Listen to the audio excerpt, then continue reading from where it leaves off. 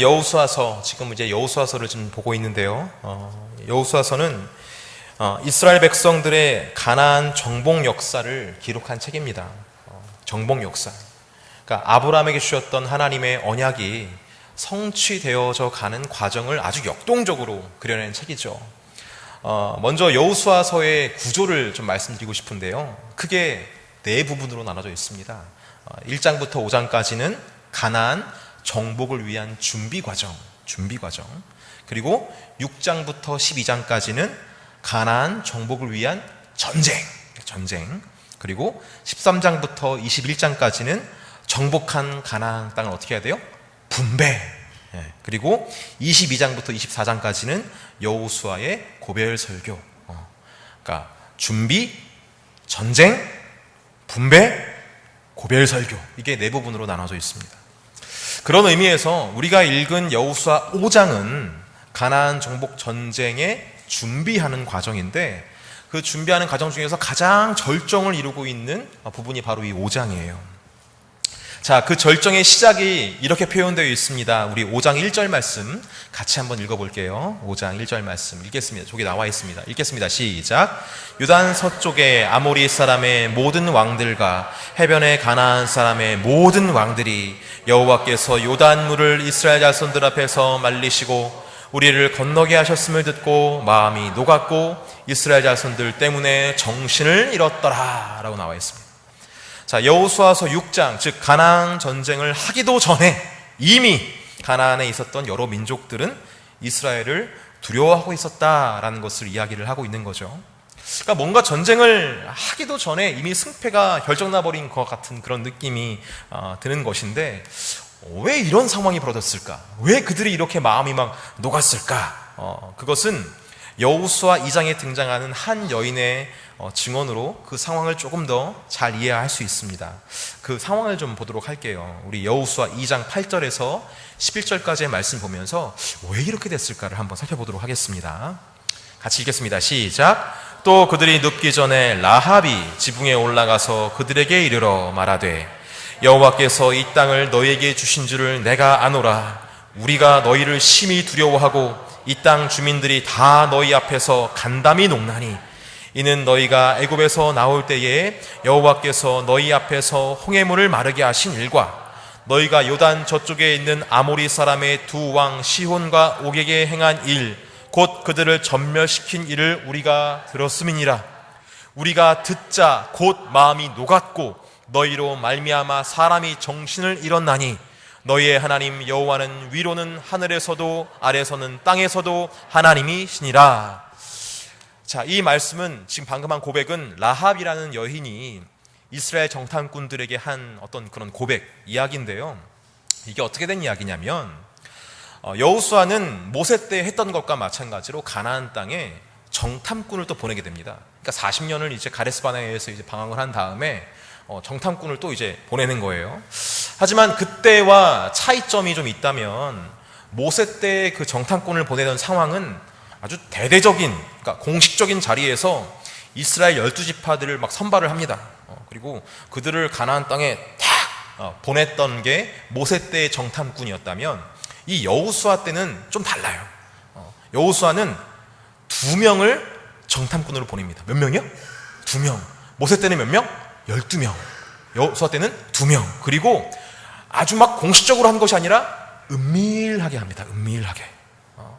그러니까 이런 거죠. 혹시나 과거의 가데스 바네아의 그 비극적인 역사를 되풀이해야 할 가능성이 있었기 때문에 이거를 최대한 줄이기 위해서 아주 지혜롭게 처신을 하는 그런 지도자 여호수아의 모습을 보게 되는 거예요.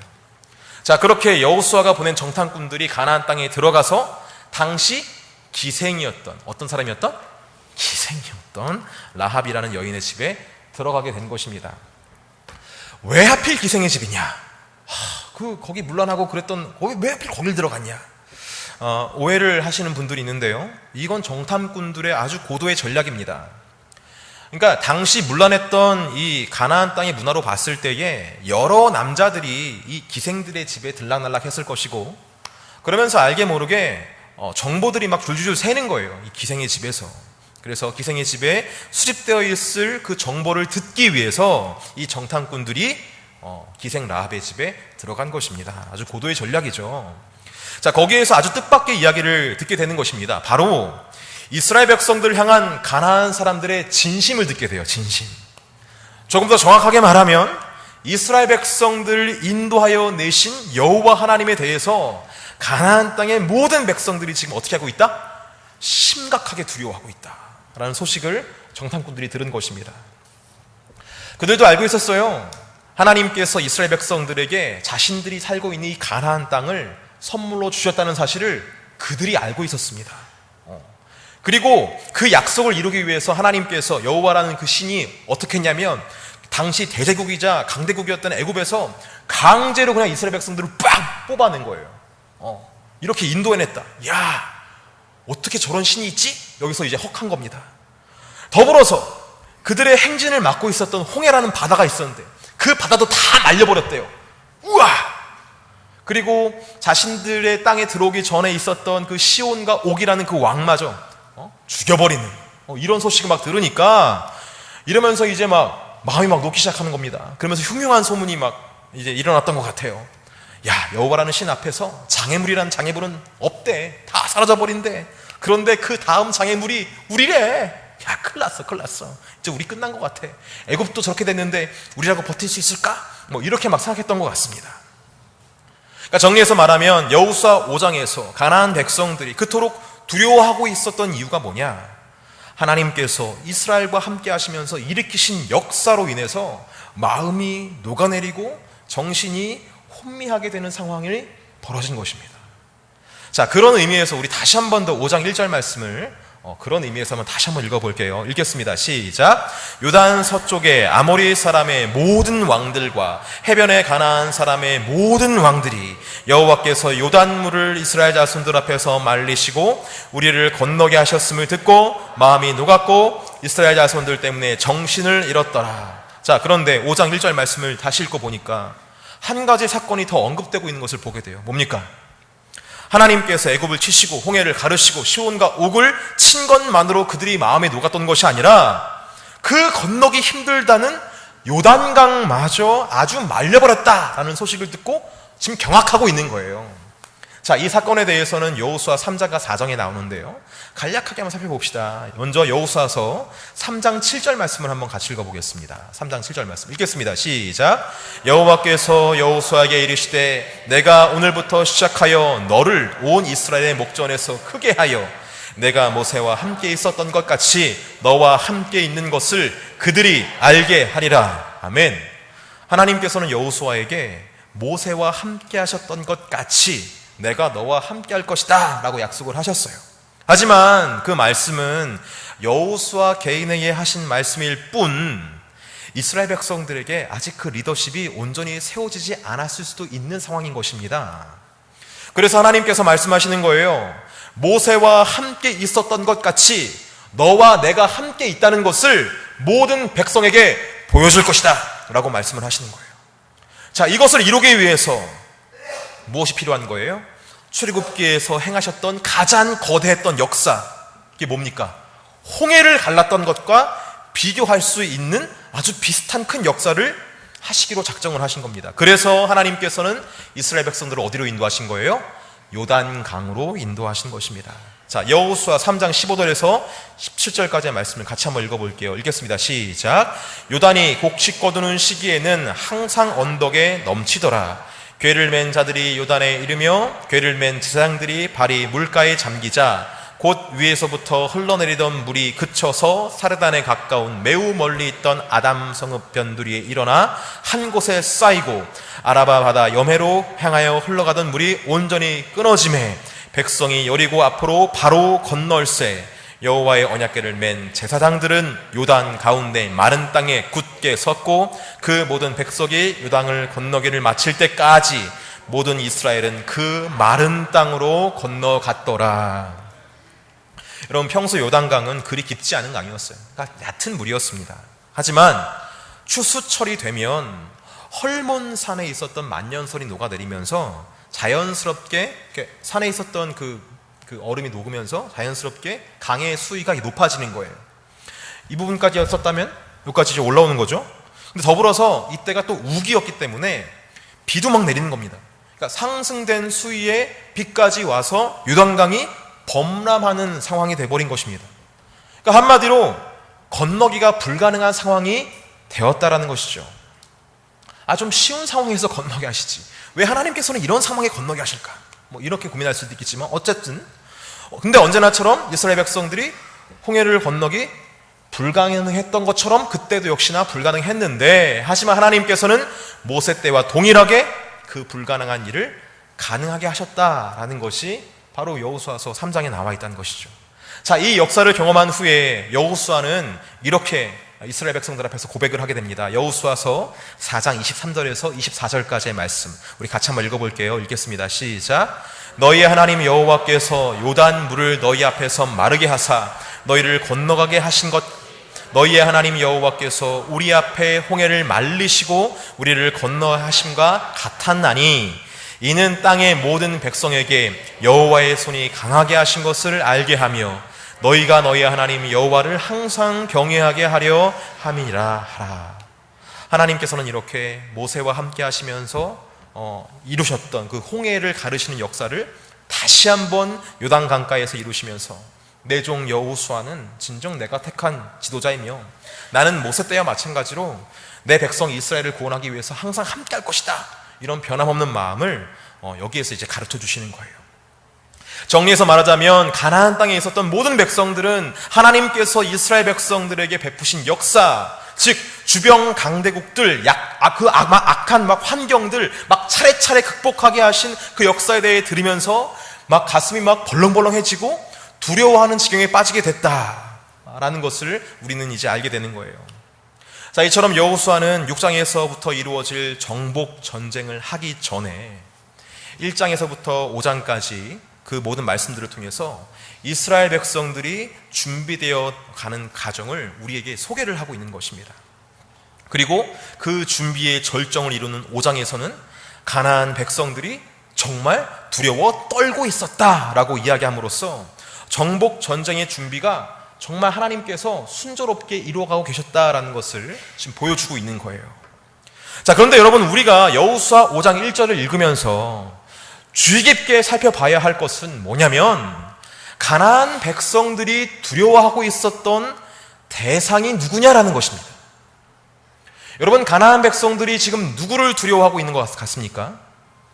이스라엘 백성들을 두려워하고 있지만 좀 더 정확하게 이야기를 하면 그들은 이스라엘과 함께하는 누구를 두려워하는 거예요? 여호와 하나님이라는 신을 두려워하고 있다는 것을 알게 돼요. 그들은 이스라엘이라는 민족을 두려워하기 전에 이스라엘 뒤에 계시는, 그리고 이스라엘 앞에서 전진하시는, 인도하시는 여호와 하나님을 두려워했다라는 것입니다. 그런 여호와라는 신이 이스라엘의 하나님이시기 때문에 그들을 두려워할 수밖에 없었다라는 것이죠. 자, 여러분, 제가 이렇게 반복해서 말씀드리는 이유는 이건 너무나 당연한 진리인데 우리가 모두 이전부터 알고 있었던 말씀이지만 저는 이 진리를 묵상하면 묵상할수록 이 사실이 너무나 새롭게 다가오는 거예요. 여러분, 세상이 두려워하는 것, 사탄 마귀가 두려워하는 것은 성도입니다. 교회예요. 그리스도인들입니다. 믿으십니까? 세상과 그 세상에 권세 잡은 그 마귀, 사탄 마귀들은 성도를 두려워하고 교회를 두려워하고 그리스도인들을 두려워해요. 이건 사실입니다.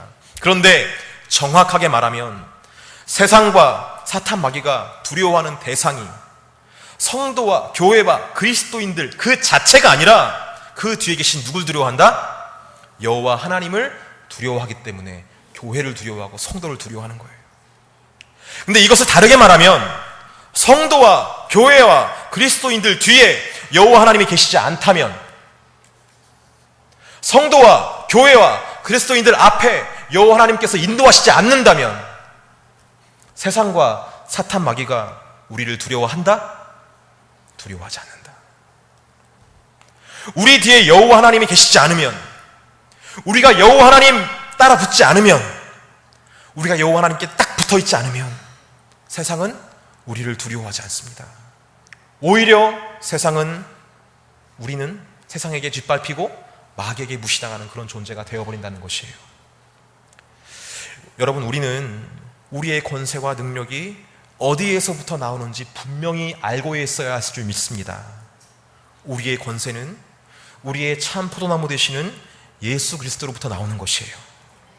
우리가 그분께 가지처럼 딱 붙어 있을 때 그분의 권능이 우리를 통해서 흘러나오는 것이지, 우리가 그분께 떨어져 있다면, 그렇게 거리가 먼 존재로 살아간다면 우리는 세상에게 짓밟히는 존재가 되어버린다라는 것을 분명히 기억할 수 있어야 한다는 것이에요.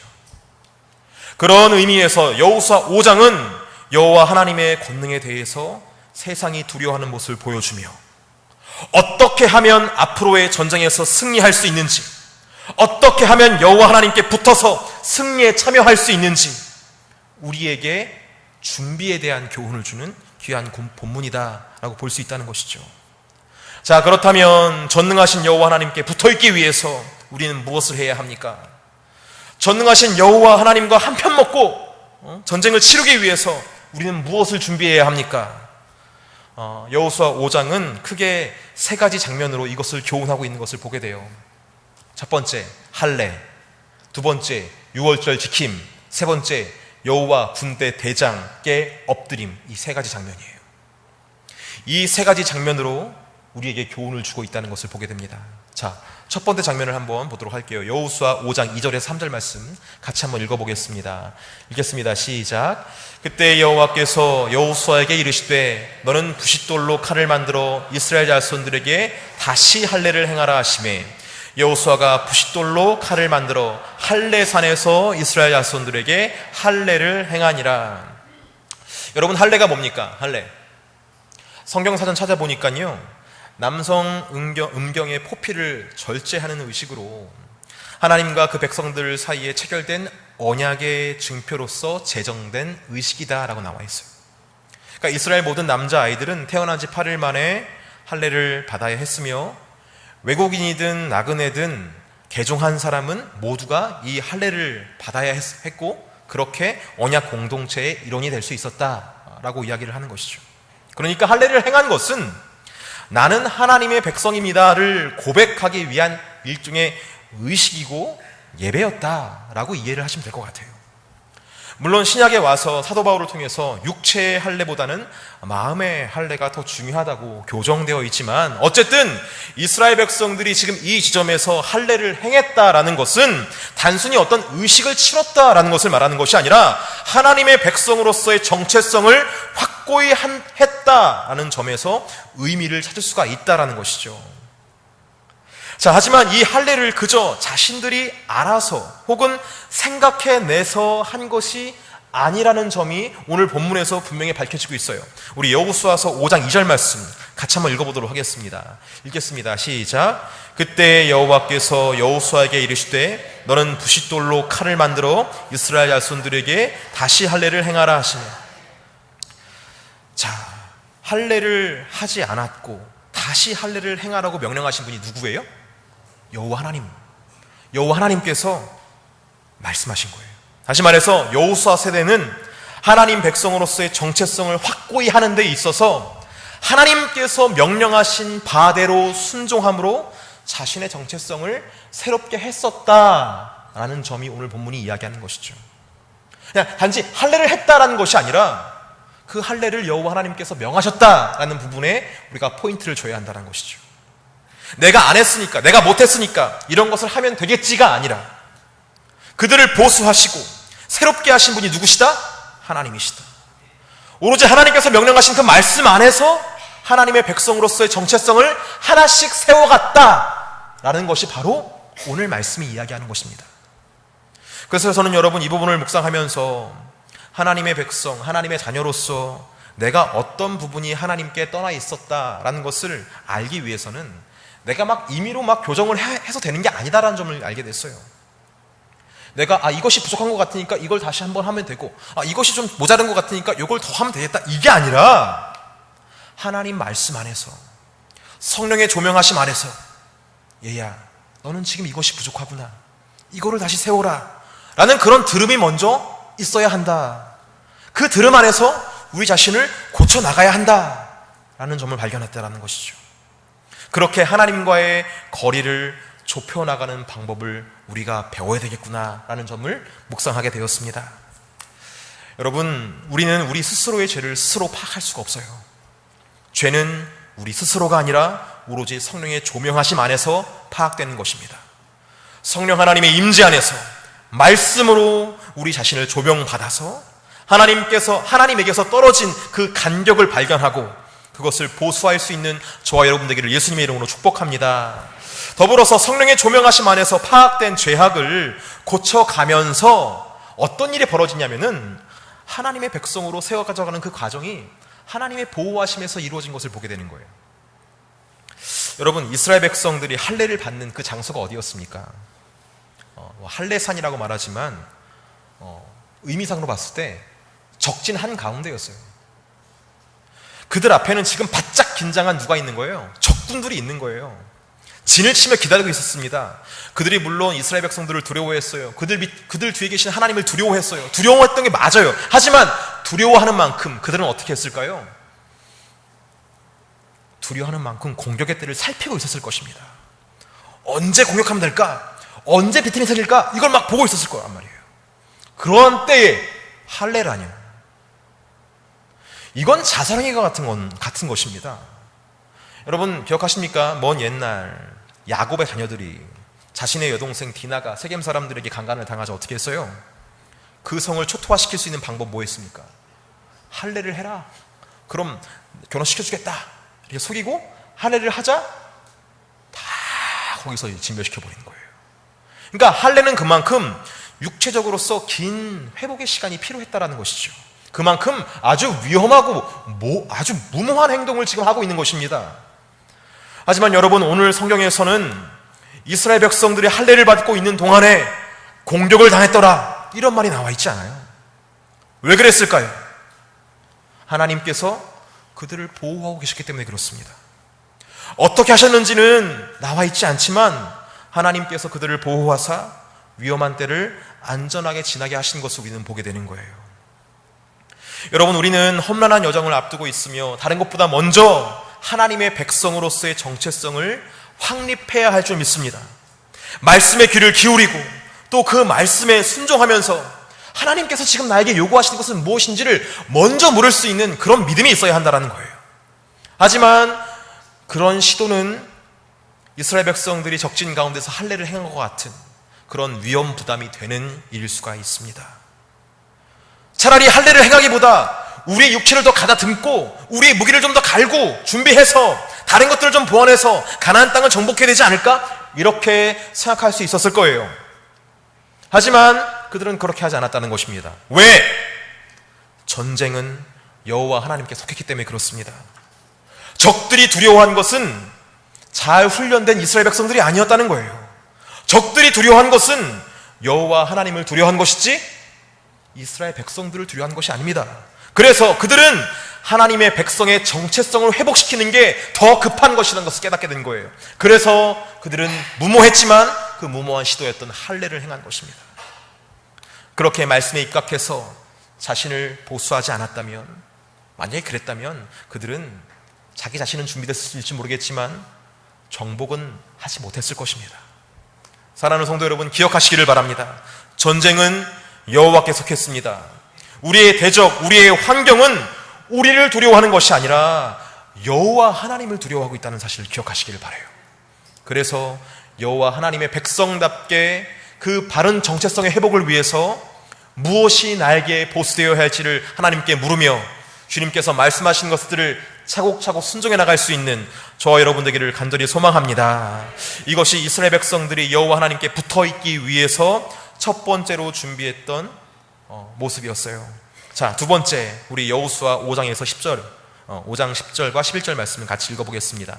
읽겠습니다. 시작. 또 이스라엘 자손들이 길갈에 진쳤고 그 달 14일 저녁에는 여리고 평지에서 유월절을 지켰으며 유월절 이튿날에 그 땅의 소산물을 먹되 그날에 무교병과 볶은 곡식을 먹었더라.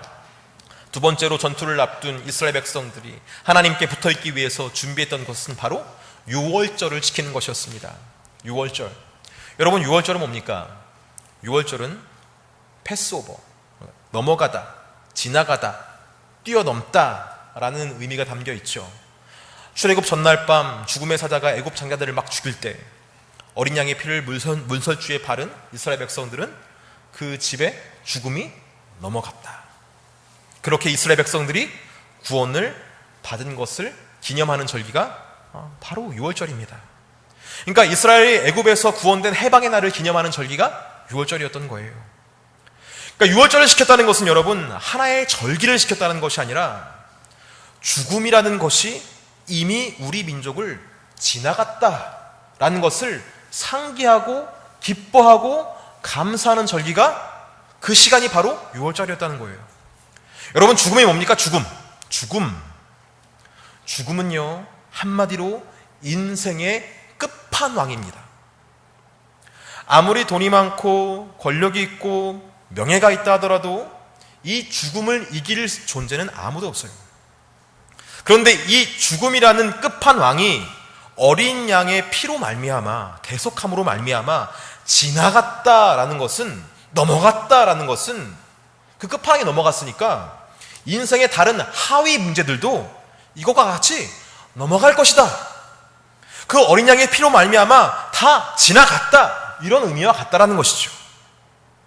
여러분 인생의 문제에서 끝판왕인 죽음이라는 것을 예수 그리스도의 십자가 안에서 해결받았는데 여러분 인생에 더 큰 문제가 있겠습니까? 더 큰 문제를 두려워해야 할 필요가 있겠습니까? 끝판왕을 이겼는데 이스라엘 백성들이 이 죽음이 지나간 절기를 지내면서 죽음이 넘어가는 절기를 지내면서 여호와 하나님께서 죽음도 넘어가게 하셨는데 이런 문제점, 저기 앞에 있는 가나안 땅 정복하는 문제점 별건 아니겠다라는 이 점을 묵상하면서 지나갔다라는 것이죠. 여러분 우리가 큰일을 앞두고 하나님의 백성으로서 우리가 바라봐야 할 믿음의 어떤 눈이란 게 뭡니까? 그건 뭐냐면 예수 그리스도의 피값으로 죽음마저 우리를 지나갔으니 예수 그리스도의 피가 예수 그리스도의 속죄가 죽음까지도 이기셨으니 내 앞에 다른 인생의 문제들은 아무 문제 될 것이 없다. 이런 것을 믿음으로 바라보는 눈이 필요하다는 것입니다. 그래서 그들은 6월절을 지내면서 지금 내 앞에 있는 전투, 내 앞에 기다리고 있는 저 여리고 그 밖에 다른 가나안의 성들과 땅들 문제가 전혀 되지 않는다는 것을 상기하고 기억해내는 시간을 가졌던 것입니다. 여러분 우리에게도 그런 것들이 필요해요. 큰 문제가 있을 때 너무 커 보이잖아요. 그럴 때 우리가 묵상해야 될 것이 무엇입니까? 죽음을 이기신 예수 그리스도, 죽음마저 이기신 예수 그리스도의 부활의 능력, 그것을 묵상하면서 죽음마저 이기신 예수 그리스도가 지금 내 안에 계시고 나와 함께 하시는데 내가 뭘 두려워할까? 이거를 깊이 묵상할 수 있는 저와 여러분 되기를 예수님의 이름으로 축복합니다. 자, 그리고 마지막 여호수아 우리 5장 13절 말씀 같이 한번 읽어보겠습니다. 읽겠습니다. 시작. 여호수아가 여리고에 가까이 이르렀을 때에 눈을 들어 본즉 한 사람이 칼을 빼어 손에 들고 마주 서 있는지라. 여호수아가 나아가서 그에게 묻되 너는 우리를 위하느냐 우리의 적들을 위하느냐 하니. 자, 이렇게 절기를 다 지내고 나서 여호수아는 첫 번째 격전지였던 어디로 가는 거예요? 여리고로 진군에 가고 있었습니다. 자, 여리고로 가는 도중에 길가에서 검을 이렇게 들고 위험 있게 서 있는 한 존재를 만나는 거예요. 검을 들고 있어. 되게 무서울 것 같지 않으세요, 여러분? 성경학자들은 이 검을 든 자가 누구라고 얘기하냐면 우리의 대장 대신 선자 예수 그리스도가 여호수아 앞에 여호와 군대 장군, 군대 대장의 모습으로 현현한 것이다 라고 이야기를 해요. 어쨌든 여호와의 군대 대장을 만난 여호수아가 대뜸 무서워서 물어본 것 같아요. 당신은 우리 편이십니까? 아니면 적군이십니까? 이렇게 물어봐요. 자, 그러자 그가 뭐라고 말합니까? 네 편이다 이렇게 얘기하십니까? 그거 한번 읽어보자는 거예요. 여호수아 5장 14절 말씀 같이 읽겠습니다. 시작. 그가 이르되 아니라 나는 여호와의 군대 대장으로 지금 왔느니라 하는지라. 여호수아가 얼굴을 땅에 대고 엎드려 절하고 그에게 이르되 내 주여 종에게 무슨 말씀을 하려 하시나이까. 뭐라고 말하냐? 아니다, 나는 여호와의 군대 대장으로 지금 이 자리에 왔다. 여러분 이게 어떤 의미가 있는 것 같으십니까? 우리 자신을 돌아보면요, 우리는 항상 이런 생각을 하죠. 주님은 제 편이시죠? 주님 제 편 맞죠? 주님 나의 하나님이시죠? 그런데 이렇게 묻고 있는 우리에게, 이렇게 물음을 던지고 있는 우리에게 여호와 하나님께서, 그 군대 장관이신 예수 그리스도께서 이렇게 말씀하신다는 거예요. 아니다, 나는 여호와의 군대 대장으로 지금 이 자리에 왔다. 이게 지금 무슨 말이냐면, 편은 내가 정하는 게 아니라 네가 정해라 라고 말하는 거예요. 다시 말해서 하나님께서 우리 편이 되고 하나님께서 저들 편이 되고, 이게 문제가 아니라 네가 내 편에 서라 라고 말하는 거예요. 누가 하나님 편에 설 것인가, 이것이 핵심이라는 말입니다. 그런 의미에서 여러분께 여쭈겠습니다. 여러분은 누구 편이십니까? 하나님 편이십니까? 아니면 가족 편이십니까? 하나님 편에 서셨습니까? 아니면 여러분 사업장 편에 서셨습니까? 하나님 편에 서셨습니까? 아니면 세상 편에 서 계십니까? 하나님, 제 편 되어주세요. 이런 기도는 죄송한 말씀이지만 하나님께서 진정 기뻐하시는 기도의 제목이 아니에요. 하나님께서 기뻐하시는 기도의 제목, 하나님께서 원하시는 우리의 기도, 그것은 주님, 제가 주님 편에 서기를 원합니다. 여러분, 우리는 이것을 위해서 기도를 해야 한다는 거예요. 주님이 내 편 주시길, 내 편 되어주시길 기도하기보다 우리가 주님 편 되기를 예수님의 이름으로 축복합니다. 우리는 이제까지 여호와 하나님과 함께하는 전쟁을 준비하는 자로서 여호수아 5장 말씀을 통해 세 가지 장면을 살펴보고 있었죠. 그 세 가지 장면은 첫 번째 할례, 두 번째 유월절 지킴, 세 번째 여호와 군대 대장에게 엎드림이라는 장면인데, 그것은 각각 말씀에 입각한 하나님 백성의 정체성을 유지해야 한다. 그리고 두 번째, 대속의 은혜를 생각하며 다가올 미래를 소망으로 바라봐야 한다. 세 번째로, 하나님의 주권을 상기하며 나의 자리를 지켜야 한다라는 것을 우리에게 교훈 준다는 거예요. 이 세 교훈을 통해서 우리는 하나님께 붙어 있을 수 있고, 동시에 하나님께서 약속하신 땅을 차지할 수 있는 특권을 누리게 되는 것입니다. 저는 이 세 교훈을 묵상하면서 좀 이렇게 기억하기 쉽게 생각해 봤으면 좋겠다라는 생각을 했어요. 자, 하나님 말씀에 입각한 하나님 정체성 세우기, 이건 뭐냐면 한마디로 하나님과의 거리를 좁히는 겁니다. 좁히는 거예요. 뭐에 따라? 하나님께서 나에게 들려주시는 말씀을 따라서. 야, 너 지금 너무나 많이 떨어져 있어. 좁혀와야 돼. 일로 와라, 절로 와라 하시는 말씀을 듣고 하나님과 간격을 좁히는 겁니다. 이것이 첫 번째 준비였던 거예요. 그리고 두 번째, 이 좁혀진 간격의 자리에서, 주와 동행하는 그 자리에서 뭘 바라봐야 되냐? 하나님께서 바라보시는 것들을 우리 또한 바라봐야 한다는 거예요. 우리는 땅의 관점으로 바라보죠. 하지만 하나님께서는 어떻습니까? 하늘의 관점으로 바라본다는 거예요. 우리는 땅의 관점으로, 상시 관점으로, 논리의 관점으로 바라보는 것이 아니라 소망의 관점으로, 믿음의 관점으로 그렇게 위에서 내다보는 그런 걸 갖고 있어야 한다는 거예요. 어디에서? 하나님과 함께하는 그 자리에서 하나님과 함께 같은 쪽을 바라봐야 된다. 그것이 두 번째 단계. 세 번째는 무엇입니까? 그럼에도 불구하고 주인은 누구예요? 하나님이시다라는 거예요. 하나님 주권, 그것을 인정해야 한다는 거예요. 우리가 하나님과 가까워지고 하나님과 같은 것을 바라보다 보면 하나님께서 원하시는 거 내가 원하는 것이고, 내가 원하는 것이 하나님께서 원하시는 것이다. 하나님, 저는 하나님의 자녀니까 제가 원하는 거 다 해주세요. 주님 제 편 되어주세요. 이렇게 헷갈릴 수 있다는 거예요. 그런데 우리가 하나님과 동행하는 그 자리에서 우리가 유지해야 할 건 뭐냐면, 내가 주님 편에 서야 한다는 거예요. 하나님이 내 편 되시는 것이 아니라. 이 세 가지를 우리가 기억할 때 우리는 주와 함께 할 수 있는, 주님께 딱 맞춰서 나갈 수 있는 백성으로서의 정체성을 확고하게 굳힐 수 있게 되는 것이고, 이게 준비되었을 때 여기 딱 나가고 전복할 수 있다는 거. 여러분, 이것이 바로 우리가 해야 할 준비인 줄 믿습니다. 사랑하는 성도 여러분, 주님의 은혜 안에서 준비될 수 있는 저와 여러분 되기를 간절히 소망합니다. 오늘 말씀을 기억하면서 함께 잠깐 기도하도록 하겠습니다.